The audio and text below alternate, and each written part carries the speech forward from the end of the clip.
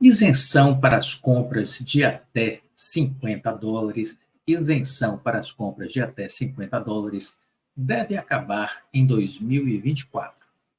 Será? Vamos entender.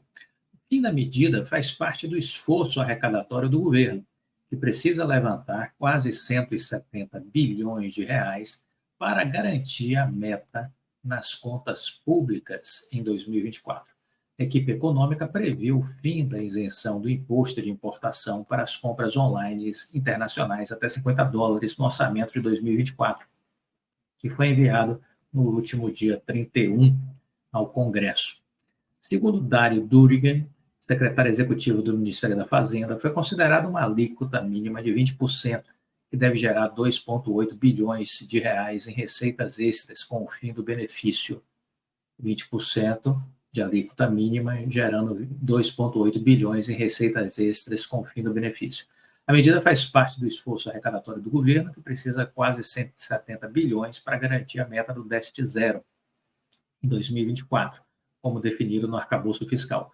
Para o presidente do Instituto para o Desenvolvimento do Varejo, Jorge Gonçalves Filho, o patamar 20% está muito aquém do necessário para se ter uma competição isonômica.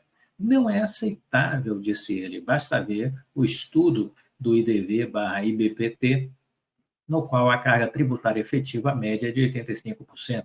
Caso ocorra a implantação da alíquota de 20%, a destruição de empresas e empregos continuará, em especial nas médias e pequenas. O IDV estima que 2 milhões de vagas de emprego poderiam ser perdidas em 2 anos com o fechamento de lojas no país. O governo e a Receita Federal anunciaram em abril que iriam acabar com a isenção de compras internacionais entre pessoas físicas de até $50 para tentar fechar a brecha utilizada por empresas estrangeiras para vender produtos importados sem pagar imposto. Os sites driblam a fiscalização brasileira enviando os produtos como se o remetente fosse uma pessoa física, não jurídica, por causa da isenção.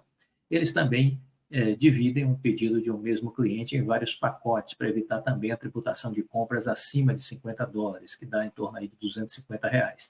Toda a movimentação gerou uma repercussão negativa. O governo divulgou que estava criando um novo imposto, disse que isso iria reforçar a fiscalização. Nada muda para o comprador e para o vendedor online que atua na legalidade, disse o Ministério da Fazenda em nota. Mas com a taxação de 60%, os preços iriam aumentar para o consumidor.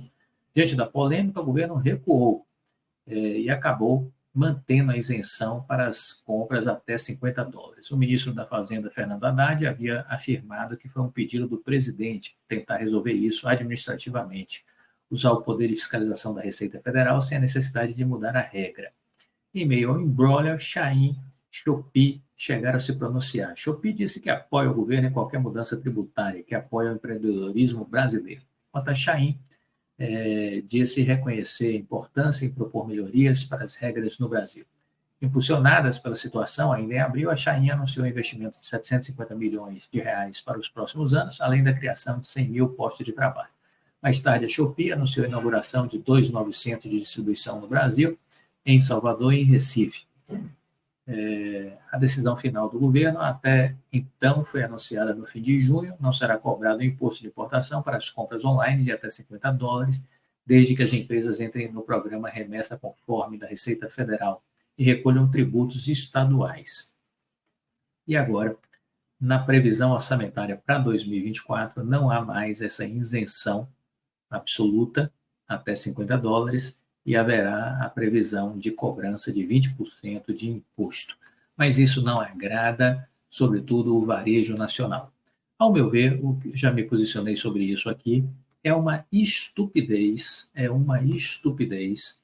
não taxar as empresas estrangeiras. Você precisa criar competição, beleza, isso está correto, mas você precisa garantir condições de igualdade entre os concorrentes. Portanto, se você quer dar isenção tributária para os sites chineses, você precisa dar o mesmo tratamento diferenciado às empresas de varejo brasileiro. Igual. Não tem como ser diferente. É uma estupidez, é uma ignorância, uma burrice fazer isso. Dar benefícios aos chineses e não dar o mesmo tratamento aos brasileiros. Como consequência, o que vai acabar acontecendo vai ser a demissão de muitas pessoas que trabalham em comércios, em indústrias, varejistas, não é? Porque os danos, obviamente, vão acontecer. Então, o governo precisa raciocinar, é preciso que gente inteligente comece a refletir sobre o que está acontecendo e ouçam pessoas inteligentes para que algo possa ser feito com brevidade. Esse é um assunto que não deveria estar sendo procrastinado. O governo não pode se render à demagogia e ao populismo. Isso é uma estupidez. Olha, com a alta do petróleo, alguns bancos de investimentos, casas de análises, enxergam aí na PetroRecôncavo e na PRIO histórias muito interessantes do ponto de vista de valor e de crescimento. O petróleo Brent já passou aí dos $90. Nós tivemos aí a OPEP trabalhando ao longo deste ano para reduzir a sua capacidade de produção. O objetivo era simples, forçar a alta do petróleo, e eles conseguiram. Diante deste cenário, o Bradesco BBI afirmou que nomes como PRIO, PetroRecôncavo e 3R Petroleum poderiam se beneficiar com este cenário. Numa nova análise, revisando os nomes do setor na América Latina, o banco voltou a reforçar sua preferência para PRIO e PetroRecôncavo. O BBI analisou os números das empresas, do segmento, e chegou à conclusão que, tanto em relação a PRIO como PetroRecôncavo, a visão do Bradesco é que as companhias unem os dois fatores e tornam elas e se tornam histórias de valor e de crescimentos associados. Assim, em um cenário de juros mais elevados, as empresas têm potencial para crescimento e, com corte de taxas, ainda seguiriam oferecendo bons dividendos. Enquanto a PetroRecôncavo planeja quase dobrar sua produção em 3 anos com a recuperação de campos maduros, a PRIO planeja aumentar sua produção em 50% em 3 anos, com o desenvolvimento de Wahoo de Albacora Leste.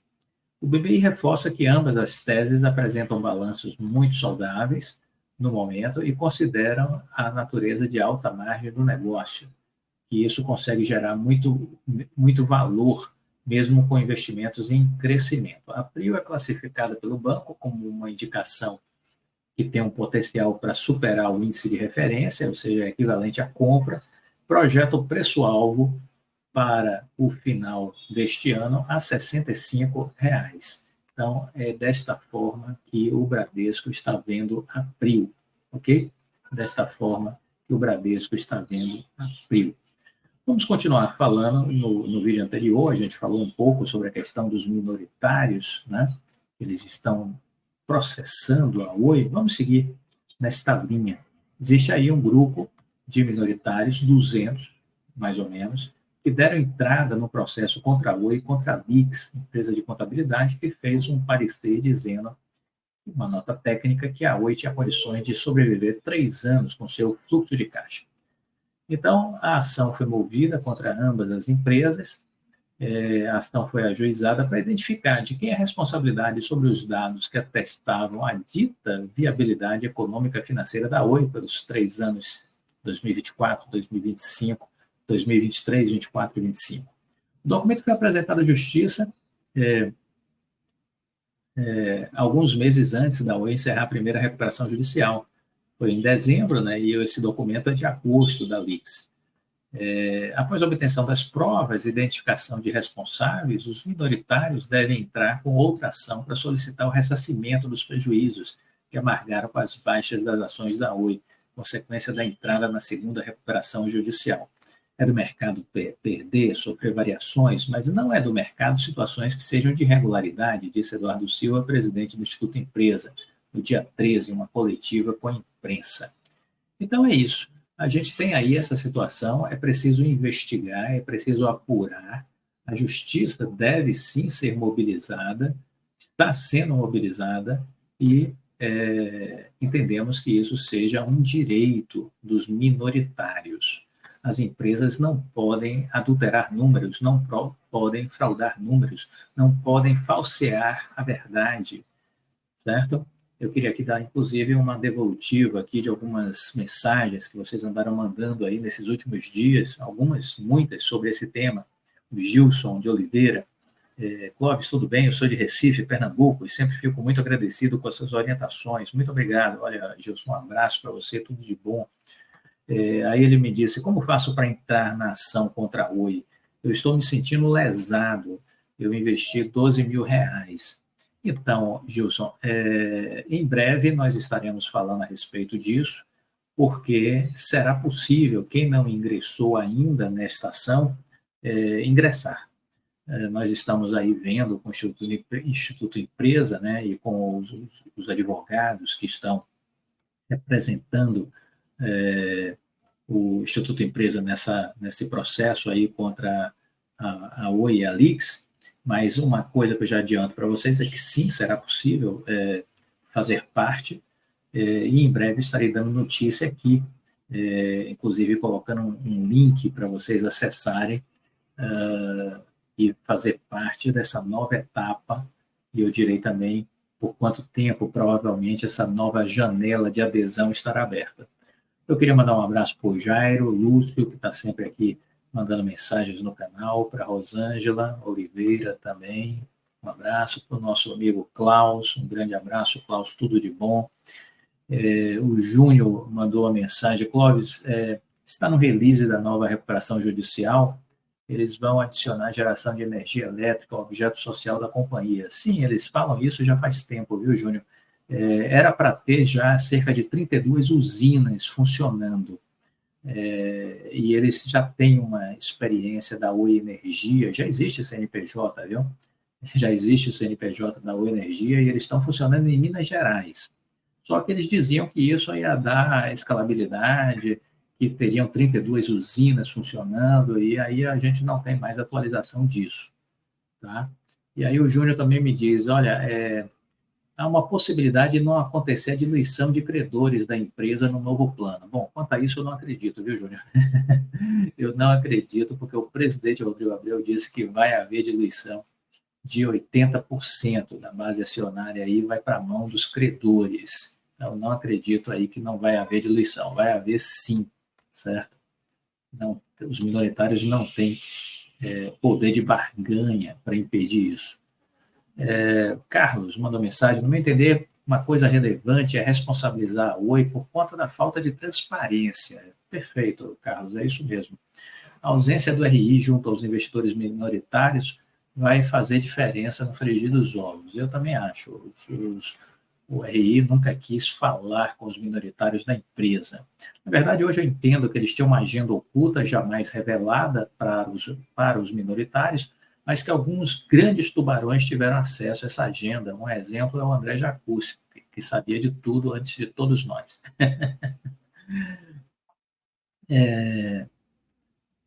E aí o Carlos também me mandou uma outra mensagem aqui, eu não consegui me definir a tempo para ingressar na referida ação coletiva, mas entendo que seja possível ingressar mais à frente, agora é só esperar. Sim, Carlos, vai ser possível, em breve estarei dando um feedback aqui para vocês do passo a passo para fazer isso, nos acompanhe. O Anonymous mandou uma mensagem, China está em uma severa crise imobiliária. A China tem problemas imobiliários desde 2021, a Evergrande, que é uma das maiores construtoras lá do mercado chinês, a segunda em tamanho, quase quebrou. E o problema é grande, e o que se pergunta é se vai ter influência no mercado financeiro chinês, se questiona se lá vai ter um Lehman Brothers. Há muita gente pessimista, eu não estou do lado deles, eu sou otimista e acho que o governo vai conseguir equacionar isso no tempo que eles julgarem adequado.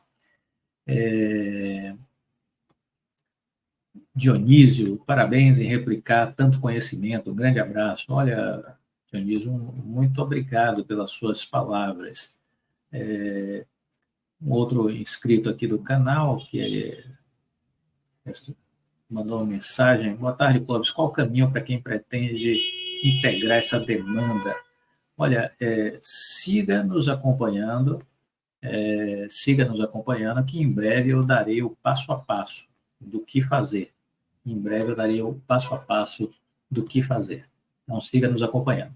Se você gostou do vídeo, deixe o seu like, compartilhe com os amigos, fique com Deus e até a próxima. Tchau.